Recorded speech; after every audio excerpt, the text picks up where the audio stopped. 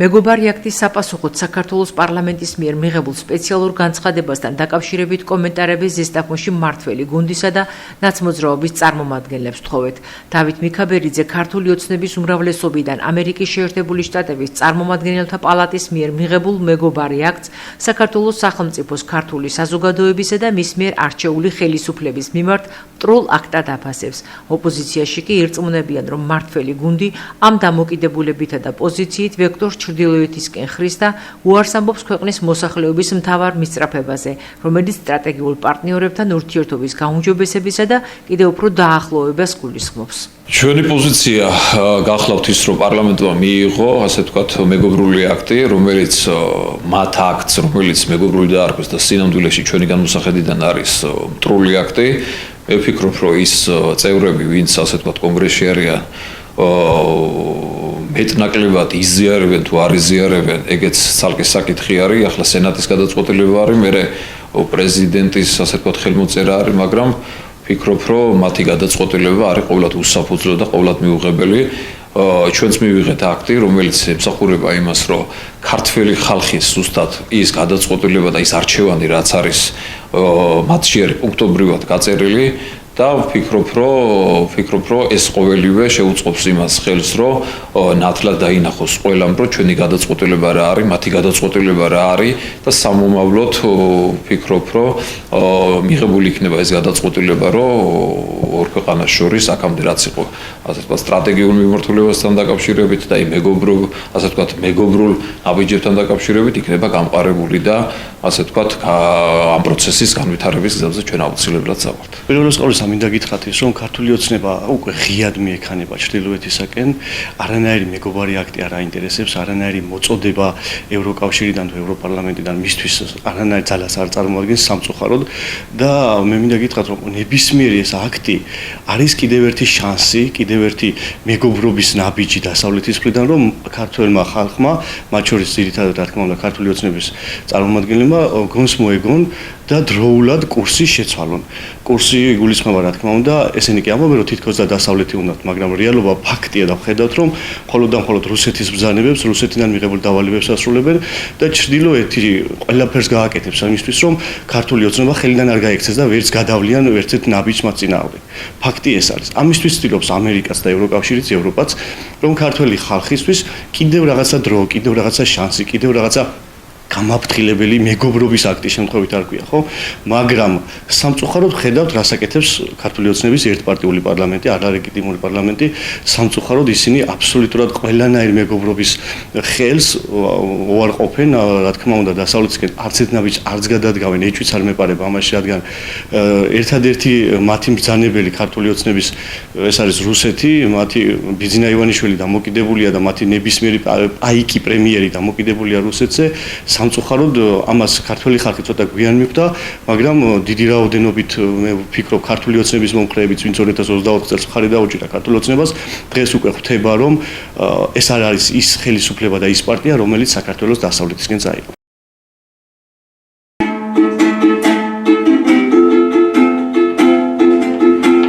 ანასდა ცხენი გაქუსლეს, მათ რახმან შექმნა წრიალი. რანახეს კარლი გაახდეს, ქალაქით გახდას რეალი, სამთავეს სამგრით მიმართეს, თავსა მითუყვეს რეალი, იკრეს ნოფსა და დაბდაბსა შეიქმნა ბუქთა ტრსიალი. დღეს აღინიშნება მე-12 საუკუნის ცნობილი პოეტისა და მოაზროვნის შოთა რუსთაველის დღე. იმ შოთა რუსთაველის, რომელმაც შექმნა გენიალური პოემა ვეფხის ტყაოსანი.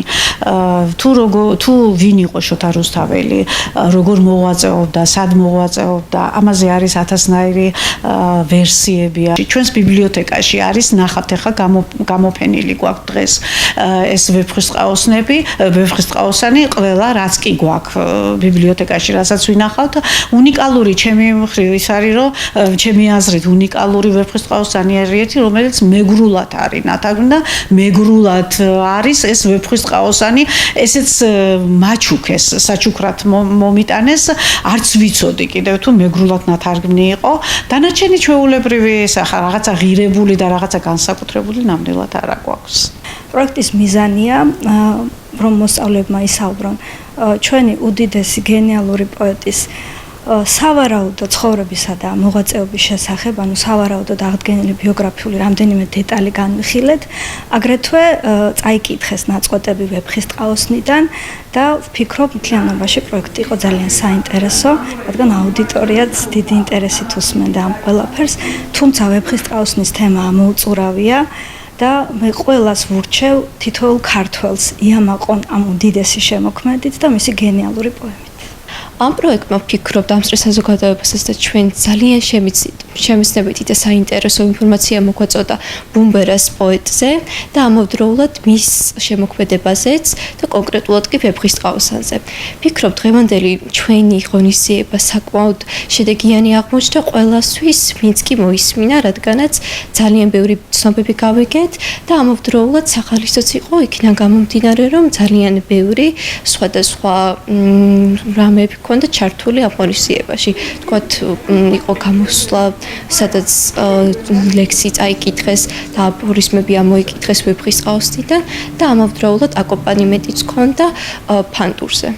კაცსა, უკრავად დაბნევდის, მათ არიელის ხაფისა, აბჯარსა, ფრეცდის, გაცუდდის, სიმაგრე, ჯავშან, კაფისა, სამგნივე კართა შესჯარნეს, ჭირნი არ ნახეს კაფისა, რა ქალაქს შეხდეს შეიქმნა, სიხარტე ციხეს სწრაფისა. ყველა ქალს მინდა რომ კონდეს ეს ბედნიერება, რომ გამოიყურებოდეს ძალიან ლამაზად და ესთეტიურად გრძნობდეს თავის თავს.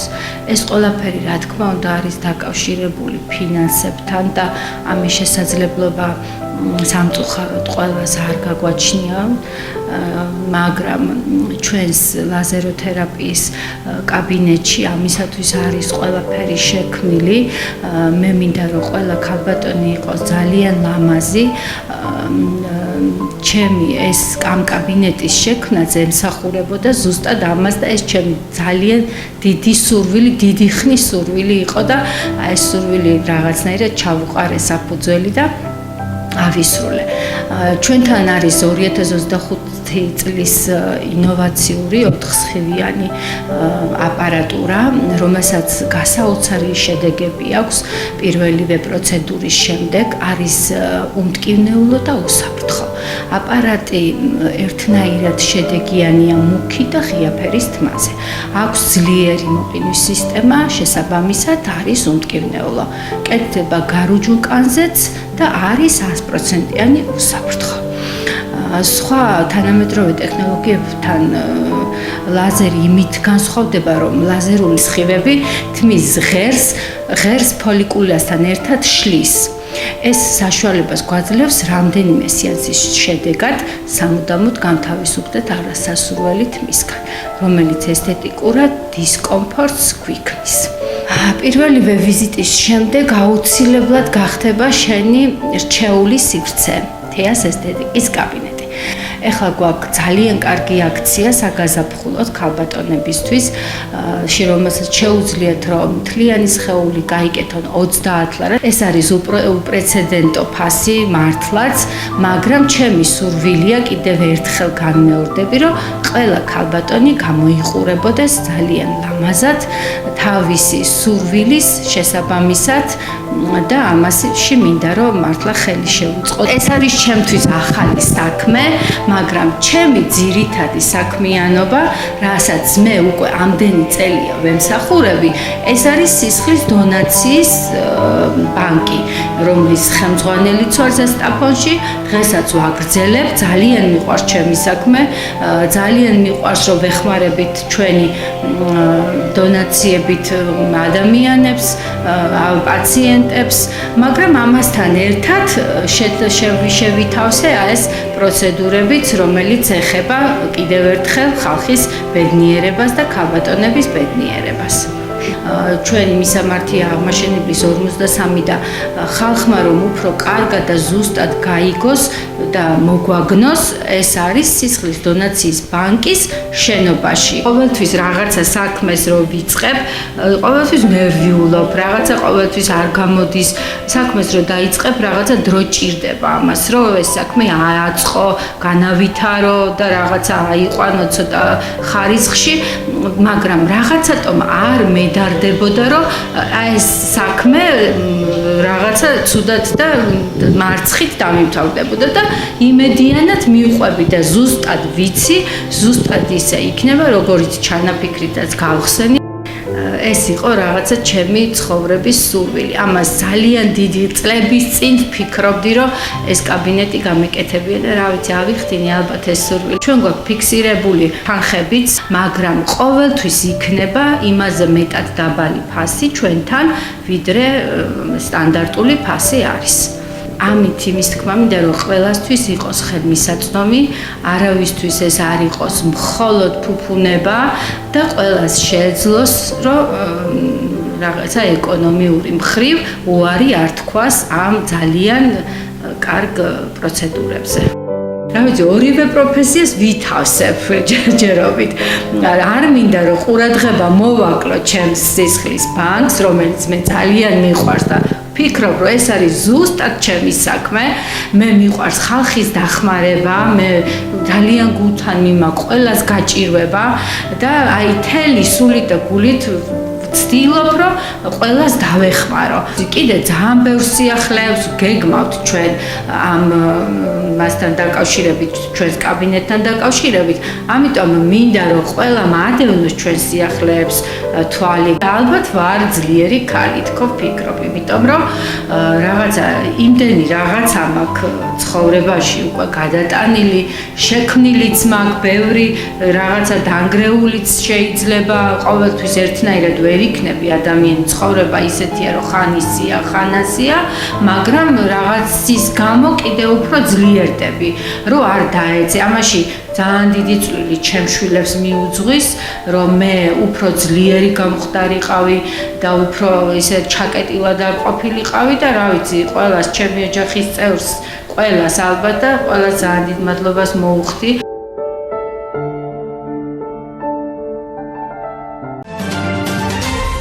ზესტაფონის მარგვეთი სუპერლიგას გამოეთიშა. წინა მატჩის მსგავსად ქუთაისლებმა ამჯერადაც 2 ქულით 85-83 მოიპოვეს გამარჯვება, თუმცა კრისტიან ჯონს საფინალო სირენის თანხლებით ნასროლის სამქულიანი რომ ჩაეგდო, სერიაში ანგარიში გათანაბრდებოდა.